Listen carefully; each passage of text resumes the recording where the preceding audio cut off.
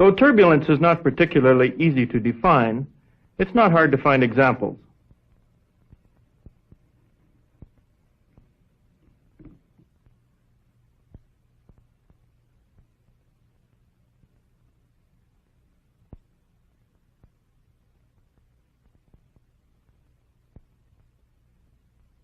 In these, we can find certain common characteristics.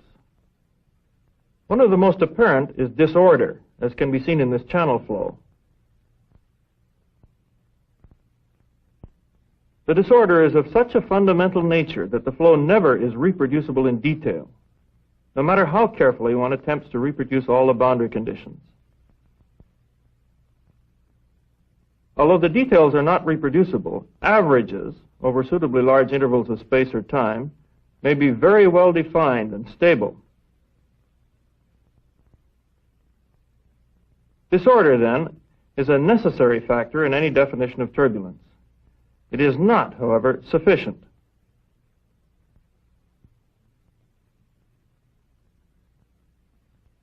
Here is a pretty disordered fluid motion, but it would be unwise to include it in turbulence. A wave field like this does very little mixing, and mixing is an essential feature of turbulent motion. The mixing action of turbulence can lead to complete blending if the volume is confined, or to the dilution, which is the only thing that makes pollution like this or this barely tolerable. Another characteristic of turbulence is the presence of vorticity. In a turbulent field, the vorticity is distributed continuously but irregularly and in all three dimensions. So turbulent flow has more than one distinguishing characteristic or symptom. Perhaps we can borrow the word syndrome from pathology and say that we have a defining syndrome or set of symptoms for turbulence.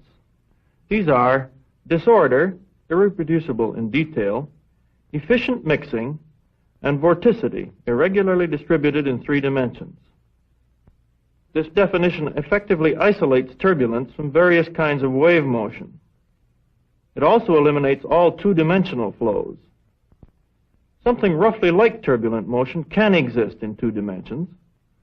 Weather systems on a large scale represent nearly two-dimensional flows. However, the characteristics of such flows are in many ways so different that it is perhaps unwise to include them in turbulence.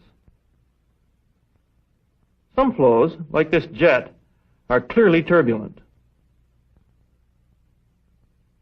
Others are equally clearly not. What is it that determines whether or not a flow is turbulent?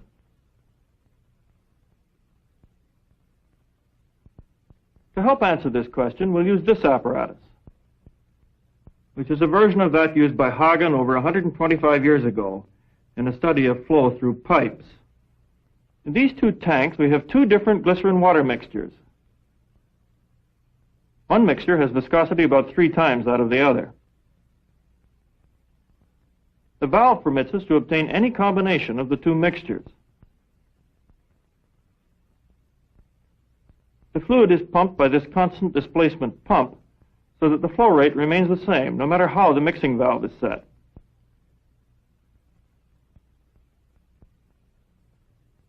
Our pipe begins here.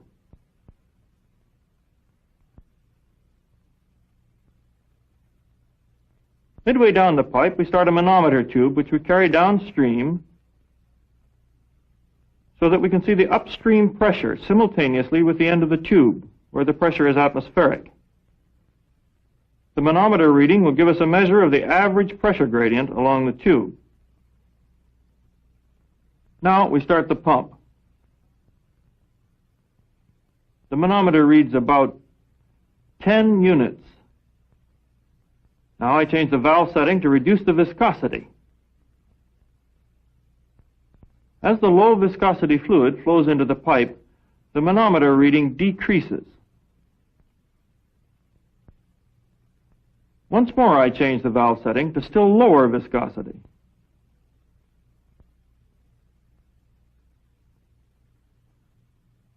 But look here. We have increased the pressure difference, which means that we have increased the drag. Let's look at it again. I increase the viscosity, and down goes the pressure difference.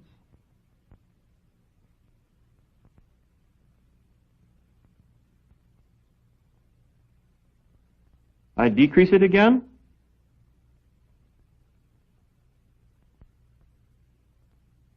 Up it goes. Now, let us look at the fluid coming out of the end of this pipe. Notice that the fluid comes out in quite a smooth stream. We have the intermediate viscosity with its corresponding low pressure difference. Now let's go to the lower viscosity with the high pressure gradient.